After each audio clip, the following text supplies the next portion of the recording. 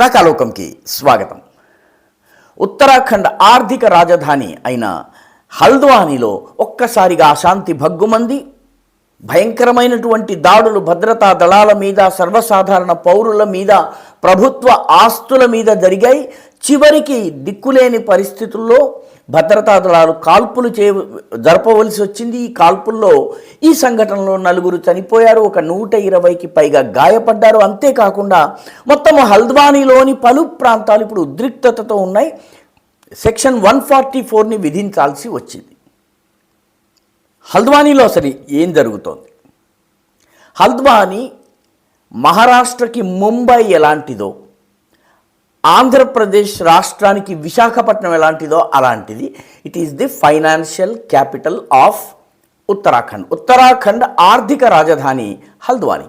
అనేక పరిశ్రమలు ఉన్నాయి. అంతేకాకుండా ఆ ప్రాంతం అంతా కూడాను అనేక ఇండస్ట్రియల్ యూనిట్స్, ఆఫీసెస్ ఇవన్నీ ఉన్నాయి, కార్పొరేట్ సంస్థలు ఉన్నాయి. అక్కడ రైల్వేకి సంబంధించి కూడా చాలా పెద్ద స్టేషన్ ఉంది, జంక్షన్ ఉంది. ఈ రకరకాల ఉత్పాదనల్ని దేశం మొత్తం మీద చేరవేసే పని ఈ హల్ద్వానీకి సంబంధించిన రైల్వే జంక్షన్ చేరుస్తుంది. అందుకనే హల్ద్వానీలో చాలా పెద్ద గోడౌన్స్ ఉన్నాయి, కాట్ గోడామ్, ఇటువంటి రకరకాల రైల్వే గోడౌన్స్ ఉన్నాయి. ఈ సంపదని దాచి ఉంచేందుకు, వాటిని లోడింగ్ అన్లోడింగ్ చేసేందుకు ఉంటుంది. ఇది హల్ద్వానీ ప్రత్యేకత. అయితే ఈ హల్ద్వానీలో అల్లర్లు ప్రారంభమైన చోట పేరు బన్భూల్పురా. అందులో మలిక్కి బగీచా అనేటటువంటి ప్రాంతంలో ఒక అక్రమ మద్రసా ఉంది. ఎటువంటి అనుమతులు లేవు, ప్రభుత్వ భూముల్లో నిర్మించారు. ఒక మసీదును, ఒక మద్రసాను నిర్వహించడమే కాకుండా దానిలో సందిగ్ధ వ్యక్తులు వస్తూ పోతున్నారు. అక్రమ కట్టడాన్ని రెగ్యులరైజ్ చేసేటటువంటి ప్రయత్నం కూడా జరగలేదు. ఇష్టారాజ్యంగా ఈ అక్రమ కట్టడం కొనసాగటమే కాక ఇది నెమ్మదిగా ప్రజాభూములపైకి విస్తరిస్తోంది. చుట్టూ ఉన్నటువంటి మిగతా ప్రజల భూముల్ని ఆక్రమించుకుంటోంది. అదేవిధంగా ప్రభుత్వ భూముల్ని, ముఖ్యంగా రైల్వే భూముల్ని కూడా ఆక్రమించుకుంటోంది. ఈ బన్భూల్పురాలో ఉన్నటువంటి ఈ మలిక్కి బగీచా అనే ప్రాంతంలో ఉన్నటువంటి మద్రసా, అదేవిధంగా మసీదు. ఉత్తరాఖండ్ ప్రభుత్వము ప్రస్తుతము ఈ భూమాఫియా పైన, ముఖ్యంగా భూజహాద్ పైన ఉక్కుపాదం మోపుతోంది. అటవీ ప్రాంతంలో ఎక్కడికక్కడ విచ్చలవిడిగా 5 ఏళ్ల క్రితము లేనటువంటి చోట్లలో కూడా మజార్లు మొలుచుకుని రావడము, ఈ రకంగా ప్రభుత్వ చుట్టుపక్కల ఉన్నటువంటి ఎకరాల కొద్ది భూమిని ఆక్రమించటము, దీనిపైన చర్యలు తీసుకుని ఇప్పటికే 500-600 అక్రమ మజార్లను ప్రభుత్వం తొలగించింది. ఈ రకంగా మజార్లను కట్టి భూ కబ్జాలు చేసిన వాళ్ళపైన ఈ భూమాఫియా ఏదైతుందో, భూ జిహాద్కు పాల్పడుతున్నటువంటి మాఫియా పైన చర్యలు తీసుకుంది. అయితే హల్ద్వానీలో ఉన్నటువంటి ఈ బన్భూల్పురా మొట్టమొదటి నుంచి కూడాను మైనారిటీ ఉద్రిక్త రాజకీయాలకు కేంద్రం, క్రిమినల్ యాక్టివిటీస్ కూడా కేంద్రం. హల్ద్వానీ ఈ ప్రాంతానికి దగ్గరలో ఉన్న కాట్ గోదాం కావచ్చు, రైల్వే స్టేషన్ కావచ్చు, ఇక్కడ దాదాపు 250 హెక్టేర్ల రైల్వే భూమిని మతపరమైనటువంటి మైనారిటీ రాజకీయాలు చేసేటటువంటి వ్యక్తులు ఆక్రమించుకుని కూర్చున్నారు. వాటిని 40-45 సంవత్సరాలుగా కాలనీలు ఏర్పడ్డాయి. వివిధ సమయాల్లో వచ్చినటువంటి ప్రభుత్వాలు వాళ్ళకి రకరకాల సదుపాయాలు కల్పించాయి. ఇప్పుడు రైల్వేకి భూమి అవసరమై వాళ్ళని ఖాళీ చేయమనేటప్పటికీ వీళ్ళు హింసకి పాల్పడటమే కాదు, ఏకంగా సుప్రీంకోర్టు తలుపు తట్టారు.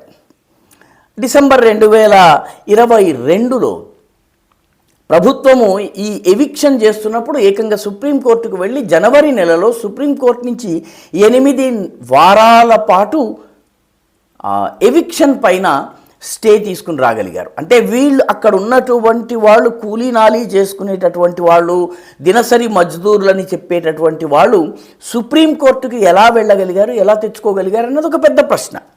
ఈ బన్భూల్పురా కూడా చాలా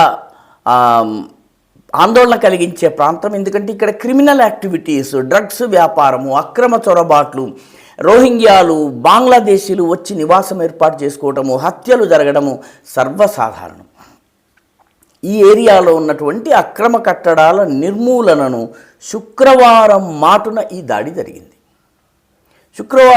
ఈ భారీ దాడి జరిగింది. కొన్ని ఉదాహరణలు తీసుకుంటే జనవరి 17, 2019లో స్కూల్ బస్సుని దగ్ధం చేయడం జరిగింది. అదేవిధంగా పోలీస్ స్టేషన్ పైన దాడి జరిగింది. ఒక పిల్లవాడు చనిపోయాడు. దానికి ప్రతిక్రియగా ఆగస్టు 17, 2018లో ఐదుగురు ఈ బన్భూల్పురాకి చెందినటువంటి ఐదుగురు వ్యక్తుల్ని డ్రగ్స్ వ్యాపారం చేస్తుండగా అరెస్ట్ చేశారు. 2019 అక్టోబర్ 12న ఉత్తరప్రదేశ్లో దొంగతనాలు చేసి హల్ద్వానీకి పారిపోయి వచ్చి తలదాచుకుంటున్నటువంటి ఒక దొంగల ముఠా అరెస్ట్ అయింది. వీళ్లకు మతపరమైనటువంటి మద్దతు అందింది. వీళ్ళని అరెస్ట్ చేస్తున్నప్పుడు లోకల్గా ఉన్నటువంటి వీళ్ళ మతానికి చెందిన వాళ్ళు అల్లర్లు చేశారు. అదేవిధంగా 2020 ఏప్రిల్ 20లో తబ్లీగీ జమాత్కి చెందిన ఒక వ్యక్తికి కోవిడ్ వస్తే అతన్ని తరలించే ప్రయత్నం చేసినప్పుడు అతనిపైన ఈ బన్భూల్పురాలో దాడి జరిగింది. ప్రభుత్వ ఉద్యోగి పైన దాడి జరిగింది. ఆ తర్వాత 2021 ఏప్రిల్ 21వ తారీఖున మహమ్మద్ ఇమ్రాన్ అనే వ్యక్తి దగ్గర దాదాపు చాలా పెద్ద పరిమాణంలో డ్రగ్స్ లభించాయి. కాబట్టి చూడటానికి చాలా పేదలు ఉండేటటువంటి ఏరియా, కానీ యాక్టివిటీస్ అన్నీ కూడాను యాంటీ సోషల్, సమాజ వ్యతిరేక, సంఘ వ్యతిరేక కార్యకలాపాలు. 2022 ఏప్రిల్ 20వ తారీఖున ఈ బన్భూల్పుర కాలనీ నుంచి 1125 డ్రగ్ ఇంజెక్షన్స్ దొరికినాయి. ఇంజెక్షన్ ద్వారా డ్రగ్స్ అందజేసేటటువంటివి దొరికినాయి. వాటిని పోలీసులు పట్టుకున్నారు. కేసు నడుస్తోంది. డిసెంబర్ 2022లో అయితే ఈ రైల్వే ఏరియా, కాఠ్గోదాం, మిగతా ఏరియాల్లో ఉన్నటువంటి ఎంక్రోచ్మెంట్స్ని తొలగించే ప్రయత్నం చేసినప్పుడు అల్లర్లు జరిగినాయి. తక్షణం సుప్రీంకోర్టుకు వెళ్ళి వాళ్ళు స్టే తీసుకుని రాగలిగారు. ఈరోజు అంటే ఫిబ్రవరి 9వ తారీఖున శుక్రవారం ప్రార్థనల అనంతరము ఈ అల్లర్లు జరిగాయి. వాస్తవానికి తొలగింపు గురువారం సాయంత్రమే జరిగింది. అల్లర్లు మాత్రము ఒక పథకం ప్రకారము ప్లాన్ చేసుకుని 6-7 గంటల ప్లాన్ చేసిన తరువాత జరిగాయి. అయితే పోలీసులు చాలా దృఢంగా వ్యవహరిస్తున్నారు. కాల్పులు జరపడానికి కూడా వెనకాడటం లేదు. సెక్షన్ 144ని విధించారు. మొత్తం మీద పరిస్థితిని అదుపులోకి తీసుకుని రావడానికి పోలీసులు, పుష్కర్ సింగ్ ధామీ ప్రభుత్వం నిర్ణయించింది. యూనిఫామ్ సివిల్ కోడ్ బిల్లు వచ్చినటువంటి 2 రోజులకే ఈ అల్లరి జరుగుతోందంటే ఇది కేవలము ఎంక్రోచ్మెంట్కి మాత్రమే సంబంధించినటువంటి లడాయి పంచాయతీ కాదు. దీనిది there is more to it than meets the eye. అంటే మనకు కళ్ళకు కనిపించే దానికన్నా ఇంకా చాలా పెద్దగా ఉంది. డ్రగ్ మాఫియా పాత్ర ఉండవచ్చును, భూమాఫియా పాత్ర ఉండవచ్చును, లేదా యూనిఫామ్ సివిల్ కోడ్ని వ్యతిరేకించేందుకు హల్ద్వానీ నుంచి మొదలుపెట్టి మొత్తం ఉత్తరాఖండ్లో ఉన్నటువంటి నైనితాల్ కావచ్చును, గౌతమ్ బుద్ధ నగర్ కావచ్చును, ఈ ప్రాంతాలన్నింటిలో అల్లర్లు చేయాలన్నటువంటి ఒక ప్లాన్ కావచ్చు. దాని యొక్క తొలి దశలో హల్ద్వానీని అటాక్ చేసినట్టుగా కనపడుతోంది. మొత్తం మీద అక్కడ పరిస్థితిని ఎంత దృఢంగా పుష్కర్ ధామీ ప్రభుత్వం అణచివేస్తుందన్నది చాలా ముఖ్యమైనటువంటి విషయం. ఎందుకంటే ఉత్తరాఖండ్లో ల్యాండ్ జిహాద్ అనేది చాలా పెద్ద ఎత్తున జరుగుతుంది. రాకాలోకంలో కూడాను పలు వీడియోలు ఈ అంశం పైన చేయటం జరిగింది. ఫారెస్ట్ ఏరియాస్లో ఉన్నటువంటి ల్యాండ్ జిహాద్, మజార్ జిహాద్ ఏదైతే ఉందో దాని గురించి కూడా వీడియోలు చేయటం జరిగింది. ముఖ్యంగా యూనిఫామ్ సివిల్ కోడ్ని తేగానే ఈ అల్లర్లు ఏవైతే జరుగుతున్నాయో ఇవి ఒక వార్నింగ్ సిగ్నల్ లాంటివి. ఈ వార్నింగ్ సిగ్నల్స్ని ప్రభుత్వం ఎంత దృఢంగా ఎదుర్కొంటుంది, ఎంత దృఢంగా తన యొక్క నిర్ణయాలను తీసుకుంటుందన్నది ఆలోచించాల్సిన అవసరం ఉంది. ముఖ్యంగా రైల్వేలకు చెందినటువంటి దేశం మొత్తం మీద 4.86 లక్షల హెక్టేర్ల భూమి, రైల్వేకి చెందిన భూమి ప్రస్తుతము అందులో దాదాపు 782.81 హెక్టేర్లు కబ్జాలో ఉన్నాయి. దేశంలో అతి ఎక్కువ భూమి ఉన్నటువంటి సంస్థల్లో రైల్వే ఒకటి. రైల్వే భూములపై, రైల్వే గోడౌన్స్, రైల్వే స్టేషన్లకి దగ్గరగా నేరపూరిత ప్రవృత్తి ఉన్న సముదాయం యొక్క మెజారిటీ ఉన్నట్లయితే దానివల్ల అనేక సమస్యలు వస్తాయి. ప్రయాణికుల భద్రతకి ప్రమాదం రావచ్చును, గోధ్రా వంటి సంఘటనలు పునరావృతం కావచ్చును. కాబట్టి ఈ ల్యాండ్ జిహాద్ని పూర్తిగా అంతరింపజేయాల్సినటువంటి అవసరం ఉంది. ప్రభుత్వ భూముల ఎంక్రోచ్మెంట్ని పూర్తిగా తగ్గించాల్సిన అవసరం ఉంది. ఇదంతా కూడాను ఉత్తరాఖండ్ ప్రభుత్వము దృఢంగా చేస్తుందని ఆశిద్దాం.